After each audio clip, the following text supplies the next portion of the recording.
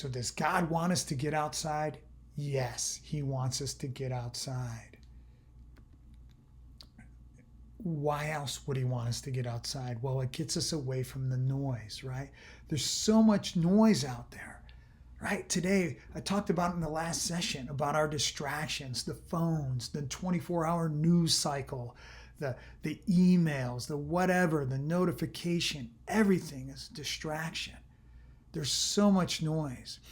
And we are better able to listen to God and hear that still small voice when we get out into creation. God talks to us in the quiet and not in the noise. He's fully capable of speaking to us in the noise. We just can't hear him. As a photographer, a few times I got the opportunity to photograph NFL football games, and I was on the sidelines. And there's other photographers there, and you say things to them, they're just there, and you conversation about the game or whatever.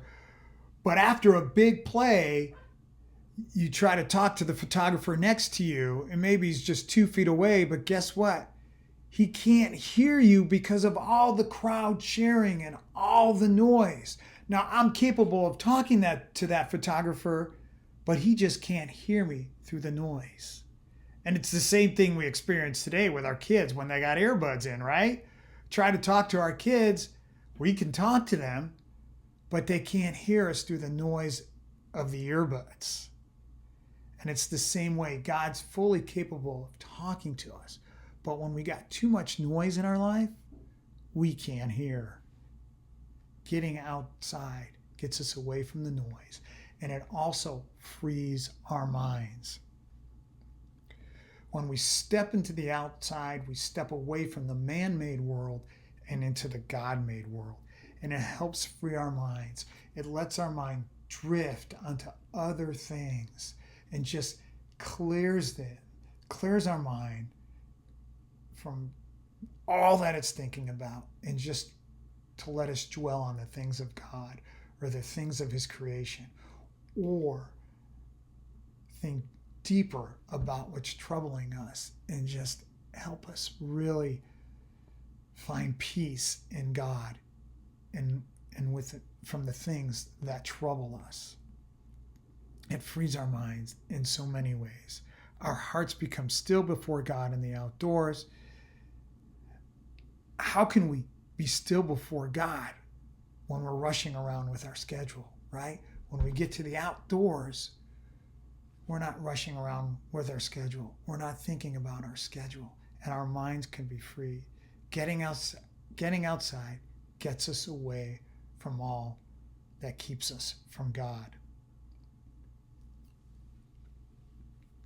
Also, being outside inspires awe. When we look at a mountain valley, either we're in the mountain valley looking up at the mountains, or on the mountain itself, we're on a ridge and we're looking down into that mountain valley, and inspires awe in us.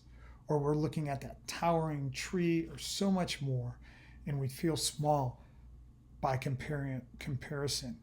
But yet even the small things too can also inspire awe in us, like a leaf or a butterfly or something like that. And that feeling of awe actually changes the human brain, the chemistry in our brain. So why would we have a sense of awe and that chemistry change in our brain if there is no God? He put it in us to wonder about him. And we will talk about wonder in our next module. Personal story here. Sometimes I like to do what I shouldn't do. Or better yet, I like to do what the world tells me I shouldn't do. And when I have a lot of stress going on, or there's things going on, one of the best things I can do is walk away from that stress and not deal with the situation, but go off and take a walk. And I've done this before. And one time I took a hike. I took my camera with me, took a hike at one of my favorite locations that I like to go hike at. And I went out and chilled with God and took some pictures. I went out to this lake where there was a little a bird blind out there and photographed some great blue herons in the water, and that was pretty cool. But then, I had to get back to what I had to do, right?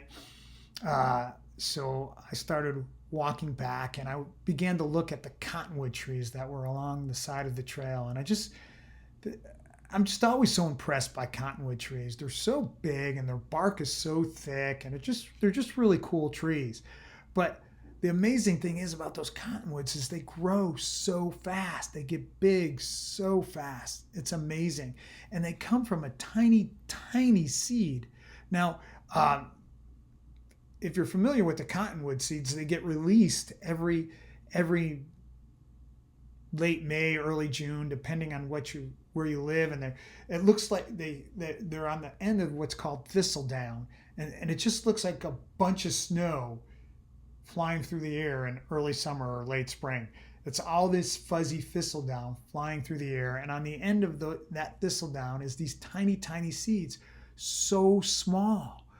Yet those seeds become cottonwood trees. And I began to think about that as I looked at these cottonwoods, and I was so in awe of God, how he takes these tiny seeds and makes them into these great big trees.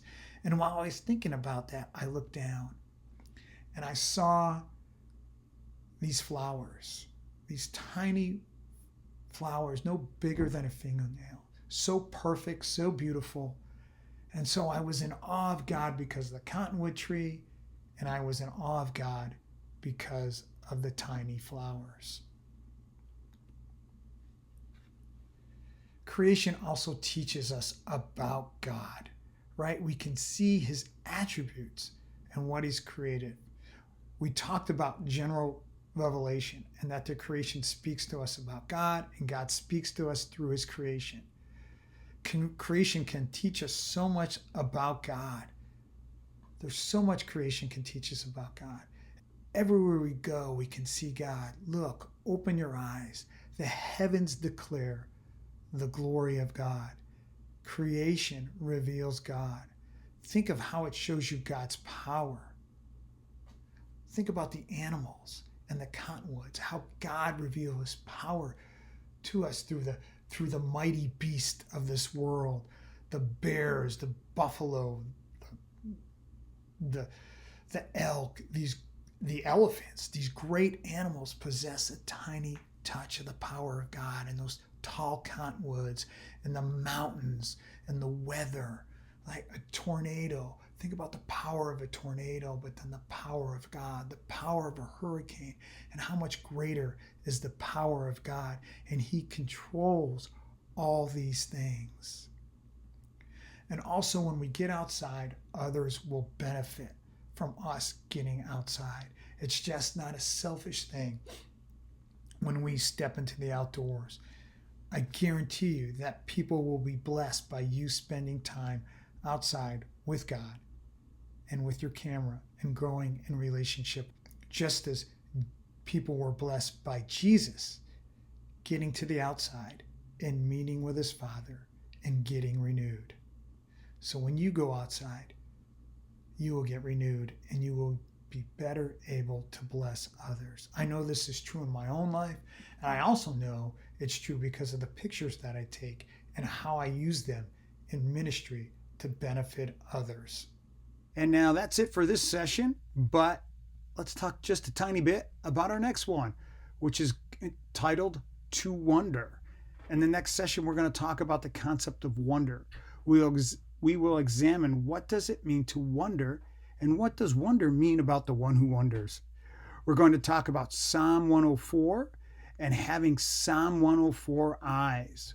We'll talk about wonder in the Bible, wonder in photography, and how wonder combined with photography helps us draw near to God. So that's it. God, until we meet again in the next module, God bless and draw near.